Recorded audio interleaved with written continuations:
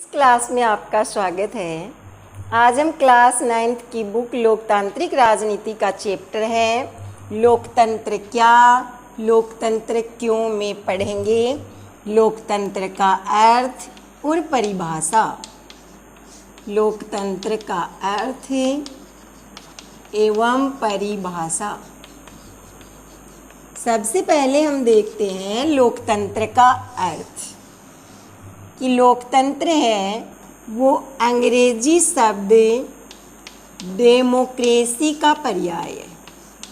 कि लोकतंत्र है वो अंग्रेजी शब्द डेमोक्रेसी का पर्याय है। और ये डेमोक्रेसी शब्द है ये यूनानी शब्द डेमोक्रेसिया से बना है। कि डेमोक्रेसी शब्द है वो यूनानी शब्द डेमोक्रेसिया से बना है। डेमोक्रेसिया दो शब्दों से मिलकर बना है, एक है डेमोस और दूसरा है क्रेसिया। डेमोस का अर्थ होता है लोग और क्रेसिया का अर्थ होता है शासन। इस प्रकार डेमोक्रेसी का अर्थ हुआ लोगों का शासन। ये हमने देखा लोकतंत्र का अर्थ कि लोकतंत्र है वो अंग्रेजी शब्द डेमोक्रेसी का पर्याय है। डेमोक्रेसी शब्द है वो यूनानी शब्द डेमोक्रेसिया से बना है। डेमोक्रेसिया दो शब्दों से मिलकर बना है, डेमोस और क्रेसिया। डेमोस का अर्थ होता है लोग और क्रेसिया का अर्थ होता है शासन। इस प्रकार डेमोक्रेसी का अर्थ हुआ लोगों का शासन। अब हम देखते हैं लोकतंत्र की परिभाषा।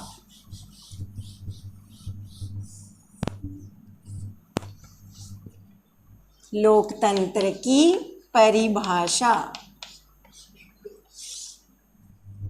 कि किसी भी शब्द की उत्पत्ति से ही उसकी परिभाषा निकल जाती है। जैसे हमने लोकतंत्र का अर्थ देखा और उससे हमने परिभाषा निकाली कि लोगों का शासन है वो लोकतंत्र कहलाता है। तो किसी भी शब्द की उत्पत्ति से ही यदि परिभाषा निकल जाती है तो हमें परिभाषा की आवश्यकता क्यों होती है, इसके बारे में हम जानते हैं कि हमें परिभाषा की आवश्यकता क्यों है।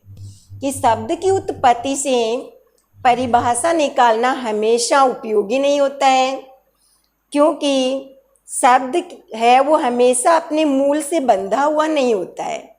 समय के साथ और प्रयोग के साथ साथ इसमें बदलाव आते रहते हैं। जैसे हम एक शब्द लेते हैं कंप्यूटर, कि कंप्यूटर शब्द है वो कंप्यूटिंग से बना है। कंप्यूटिंग या गणना। कि कंप्यूटर को कि इसका अर्थ क्या होता है कि जो मुश्किल गणनाएं हैं उनको आसानी से हल करने वाला यंत्र है वो कंप्यूटर कहलाता था। लेकिन समय के साथ साथ और इसके प्रयोग के साथ साथ आज कंप्यूटर है वो केवल गणना करने का काम ही नहीं कर रहा है, बल्कि कंप्यूटर से पढ़ने, लिखने, डिजाइन बनाने, संगीत सुनने, फिल्म देखने आदि का काम भी हम कर रहे हैं। तो इस तरह से किसी भी शब्द की उत्पत्ति से ही उसकी परिभाषा निकालना बेहतर तरीका नहीं है, क्योंकि समय और प्रयोग के साथ साथ इसमें बदलाव है वो आता रहता है। इसलिए हम अब परिभाषा के बारे में देखेंगे कि लोकतंत्र की परिभाषा क्या है। तो सबसे पहले हम सबसे इजी परिभाषा अब्राहम लिंकन ने दी है। तो अब्राहम लिंकन की परिभाषा देखते हैं कि अब्राहम लिंकन ने कहा है कि जनता के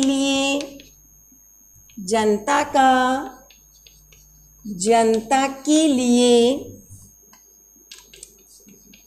व जनता द्वारा शासन ही लोकतंत्र है।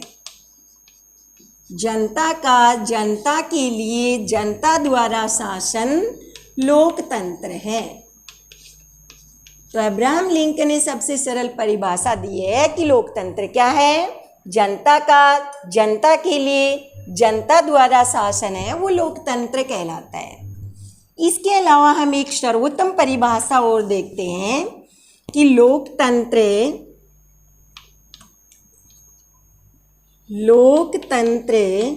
शासन का वह रूप है, शासन का वह रूप है जिसमें शासकों का चुनाव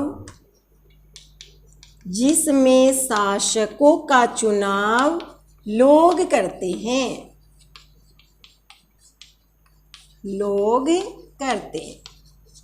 तो लोकतंत्र की सर्वोत्तम परिभाषा हमने क्या ली है कि लोकतंत्र शासन का वह रूप है जिसमें शासकों का चुनाव है वो किसके द्वारा किया जाता है, लोगों के द्वारा। तो शासकों का चुनाव लोग करते हैं, वही लोकतंत्र है। अब इस परिभाषा के आधार पर हम लोकतांत्रिक और गैर लोकतांत्रिक शासन व्यवस्थाओं में अंतर देख सकते हैं। जैसे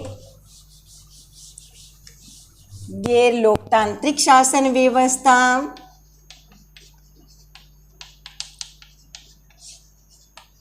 और लोकतांत्रिक शासन व्यवस्था।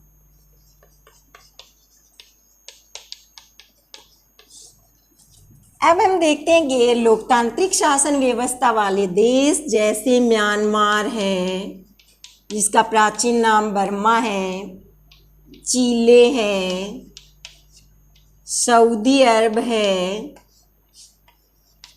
यहाँ पर गैर लोकतांत्रिक शासन व्यवस्था है कि म्यांमार में सैनिक शासन है। म्यांमार में जो शासक है वो जनता द्वारा न चुना होकर के जिसका सेना पर नियंत्रण होता है वो शासक बनता है। और चिले है, चिले में तानाशाही शासन व्यवस्था है कि व्यक्ति अपनी शक्ति और बल के आधार पर शासक बनता है, न कि जनता के द्वारा चुना जाता है। सऊदी अरब है, वहाँ पर राजतंत्रात्मक शासन व्यवस्था है कि सऊदी अरब के शाहों का चुनाव है वो जनता नहीं करती है, बल्कि राज परिवार में जन्म लेने के कारण वो राजा या शासक बनते हैं। तो गैर लोकतांत्रिक शासन व्यवस्था वाले देश हमने देखा। लोकतांत्रिक शासन व्यवस्था वाला देश है भारत, कि भारत में शासक का चुनाव है वो जनता करती है। जनता अपने शासक का चुनाव करती है और अंतिम निर्णय लेने की शक्ति जनता द्वारा चुने हुए शासक में ही होती है। इस तरह भारत एक लोकतांत्रिक शासन व्यवस्था वाला देश है। तो लोकतंत्र है, उस गैर लोकतांत्रिक व लोकतांत्रिक शासन व्यवस्थाओं में अंतर है वो किस आधार पर होता है, शासकों के चुनाव के आधार पर। कि शासकों का चुनाव जिस आधार पर होता है उसी से तय किया जाता है कि ये लोकतांत्रिक शासन व्यवस्था वाला देश है या गैर लोकतांत्रिक शासन व्यवस्था वाला देश है। अब आज समकालीन विश्व में अधिकतर सरकारें हैं वो लोकतांत्रिक शासन व्यवस्था का दिखावा करती है, उसका मुखौटा पहने रखती है कि हमारे देश में लोकतांत्रिक शासन व्यवस्था है। तो हमें लोकतांत्रिक शासन, असली लोकतांत्रिक शासन व्यवस्था और नकली लोकतांत्रिक शासन व्यवस्था में अंतर करने के लिए हम लोकतंत्र की विशेषताओं के बारे में पढ़ेंगे और हम लोकतंत्र की विशेषताएं हैं वो अगले वीडियो में देखेंगे। Thank you.